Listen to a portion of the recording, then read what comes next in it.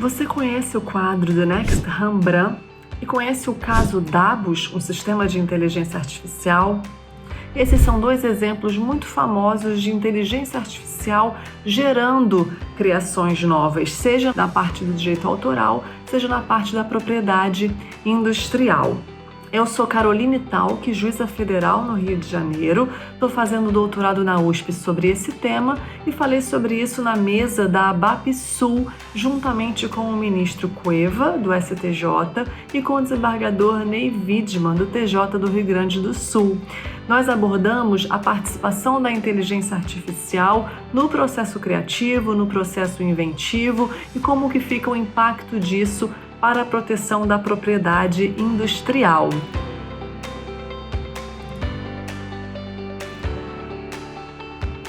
Todos nós sabemos que os sistemas de inteligência artificial vêm participando já do processo inventivo há muitos anos. A indústria farmacêutica nos dá vários exemplos sobre isso. Por exemplo, quando a indústria farmacêutica utiliza a inteligência artificial para selecionar melhores compostos, para fazer testes de forma mais rápida, para substituir o teste com o animal, utilizando um sistema de inteligência artificial no lugar daquele animal.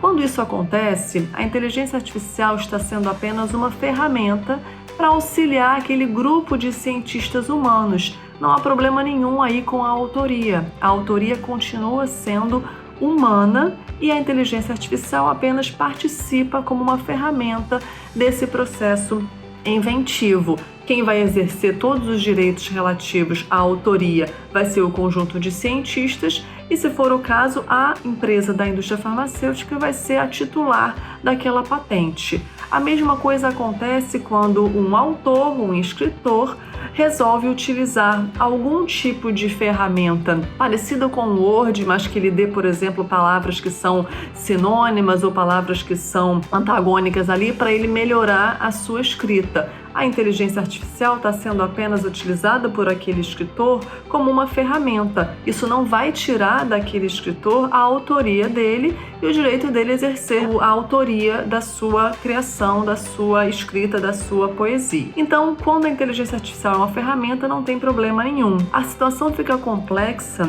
quando os sistemas de inteligência artificial participam com um pouco mais de autonomia daquele processo inventivo. Fala-se então que existe uma mínima participação humana para a produção daquele resultado final. É o exemplo do caso Dabus.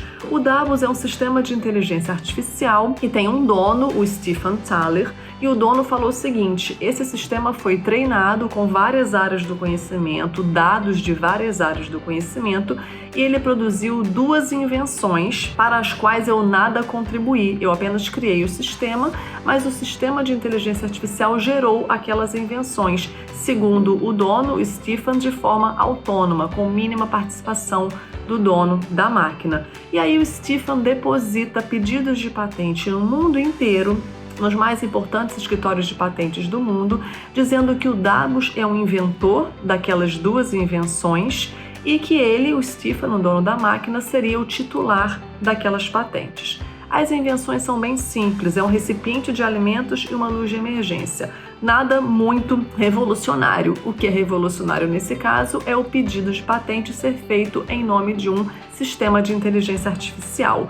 Os escritórios de patente todos até agora negaram esses pedidos de patente, dizendo que somente pessoas humanas podem ser autoras de invenções. A única exceção foi o escritório de patentes da África do Sul, que concedeu a patente, mas como sabemos, lá não é feito o exame de mérito dos pedidos de patente. Então não teve análise sobre a autoria ou não humana. Essas decisões dos escritórios de patentes foram recorridas para o judiciário dos respectivos países e até o momento todos os poderes judiciários vieram mantendo as decisões dos escritórios de patentes, dizendo que somente autores humanos podem constar num pedido de patente, exceto uma decisão da Austrália de primeira instância que disse que a lei de propriedade intelectual foi feita numa época em que não existia autoria por inteligência artificial. Se hoje a inteligência artificial está evoluindo e pode ser autora,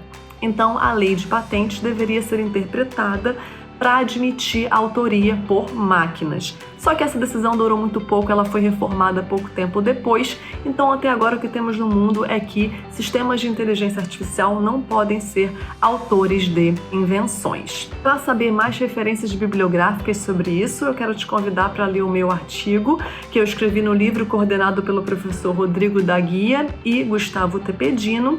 O título do artigo é Propriedade Intelectual e Inteligência Artificial, Fundamentos Teóricos e Legais de Proteção. Um abraço!